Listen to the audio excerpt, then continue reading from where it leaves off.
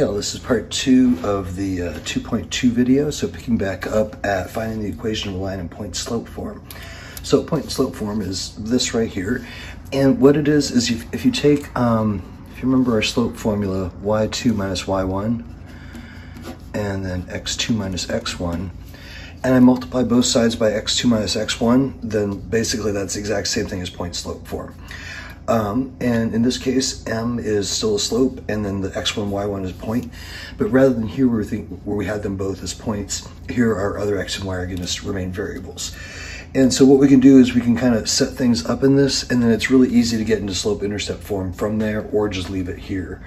Once we learn a bit about transformations in a couple more sections, this actually will pertain to how we could look at lines in terms of transformations, but that's not for a couple more chapters. Okay, so for here, we're supposed to write an equation of a line with a slope of 2/3, which passes through that point, use point slope form, and then B, change it over slope intercept, and C, graph the equation. So, writing this in point slope form, we're gonna have y minus y1, and same issues when you're doing slope formula, you gotta be careful with the double negatives. And I'll clean it up in a second here. M is 2/3, and then x, and again that minus happens to be a -3. And then without all the silly double negatives, we'll go y plus 4 equals 2/3 x plus 3. And so in terms of write it in point slope form, that's it. That's what we got. Write it in slope intercept form. Okay, so now I'm going to go ahead and distribute the 2/3 and then bring the 4 over and get the y by itself. And then it'll be y equals mx plus b by the time I simplify everything. So this will be y plus 4 still, and then let's get that distributed. 2/3 x, 2/3 of 3, the 3's cancel, leaving just the 2. And now I can subtract the 4 over. And y equals 2/3 x, 2 minus 4b minus 2. And so now to graph this, I can start at my intercept, -2, and then I know my slope is 2/3, so I'm going to run 3, 1, 2, 3, and the rise 2, 1, 2, and then that's my second point. And if we go back to what we were given, this point should be on this graph if I didn't screw anything up. So when x is -3, y should be -4, and yep, there it is. So that's a nice way to double check that everything went well here. Okay, parallel and perpendicular lines. So parallel lines, they're ones that track each other, and two lines are parallel if their slopes are equal. So if the first slope equals the second slope, or m1 equals m2, then they're going to be parallel lines. For two lines that intersect at right angles, those are going to be called perpendicular lines. So like for instance, these two lines right here are intersecting at a right angle, so those would be perpendicular. And then the two lines are perpendicular if the product of their slopes is -1, that is if m1 times m2 equals -1. And there's a kind of an easier way to think of that. And let me just do an example that's not in the notes here, but just to kind of show this other idea. So if I had a slope 2/3, and I was trying to figure out what I would need, what would the perpendicular slope be that would make that multiply to -1? M perpendicular, and that's a little symbol for perpendicular is an upside down T, is kind of what it looks like. So to figure out what would make this come out to -1, all you gotta do is flip over what you have, take the reciprocal, and then use the opposite sign. So since this one's positive, this one's negative. And then you can see if I multiply those together, I would get -6/6, which would be -1. If my original slope was, say, 4, -4, that's really like -4/1.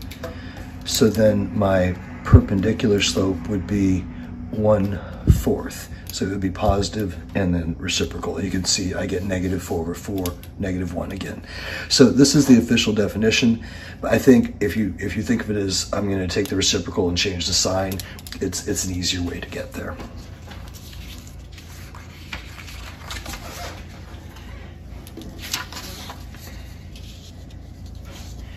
And then what we're going to do with that is, at least for now, just use this to practice finding equations of lines.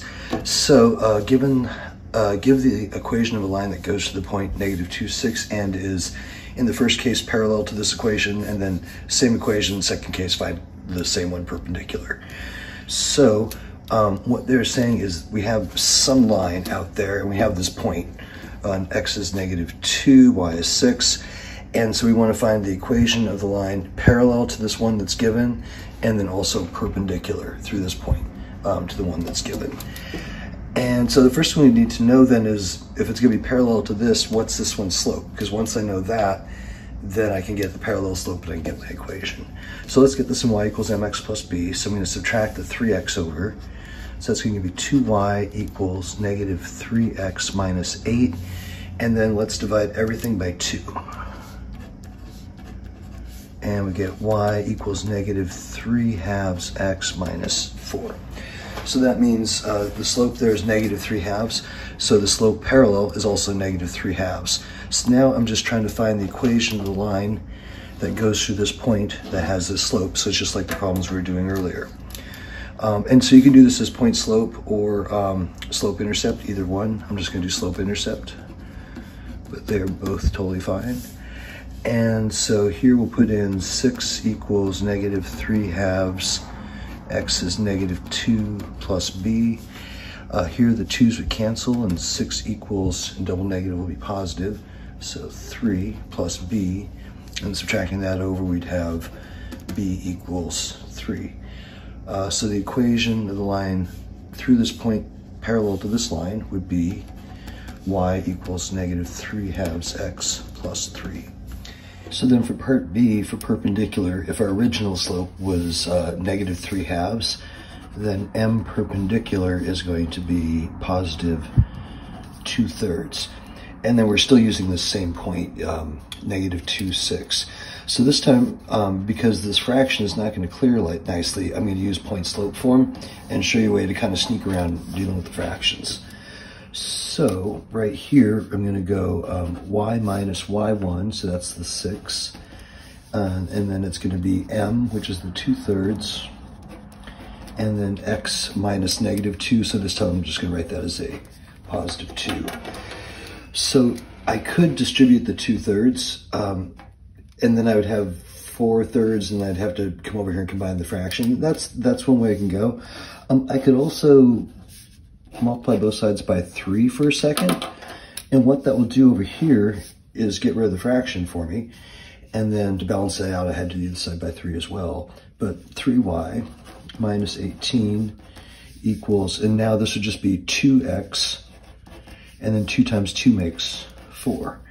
And now I'm going to add this 18 over. So we're at 3y equals 2x plus 22. And now I just divide the 3 everywhere. And then that brings the fractions back, but not until this very last step. And then I don't actually have to do much in the way of math with them. So once you get a slope that isn't going to clean up nicely and the math's going to get a little cranky, that's where point slope is kind of nice. And then you just clear the fraction and bring it back to the last step. Okay, this one's the same basic steps. It's just the prompt is a little bit different. So here we're asked to find the line passing through this point right here. So that point is 2, -1. And parallel to the line displayed. So we're trying to find the line that would go kind of like this, basically. And so if it's parallel to this line, that means if I figure out the slope of this one, then this one has to have the same slope. So we'll go from right there. It looks like a good spot. So it looks like my run is 3 and the rise is 2. So that makes our slope, m is rise over run, so 2/3.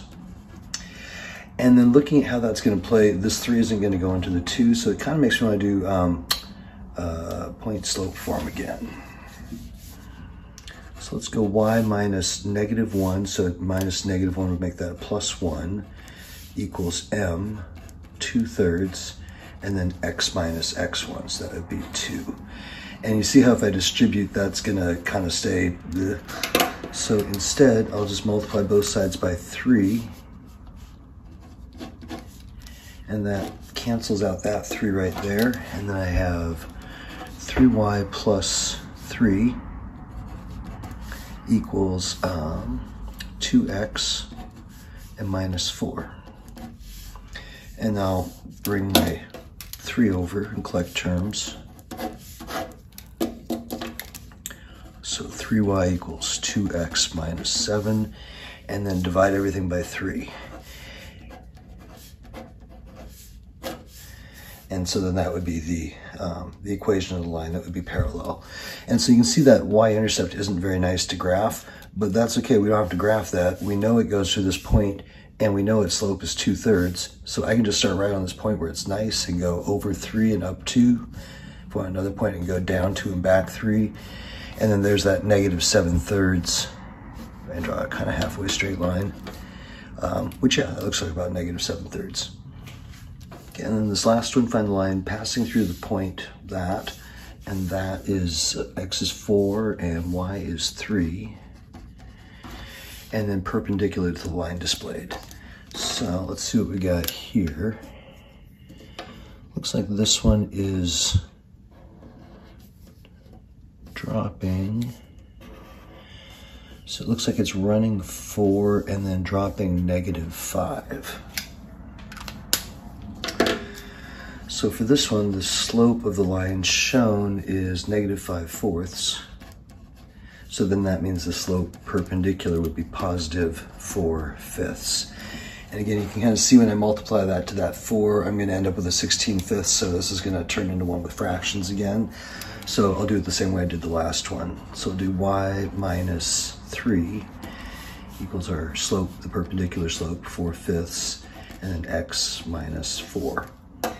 And now for here, since this is a 5, this time I'll multiply both sides by 5. Clears out that, and I got 5y minus 15 equals, the 4 would survive, so 4x, and then minus 16. And let's add the 15 over.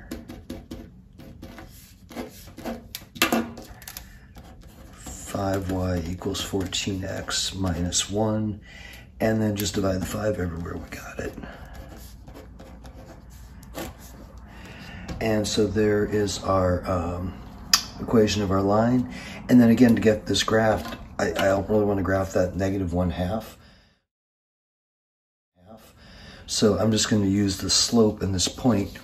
The slope would be, it would run 5 and go up 4.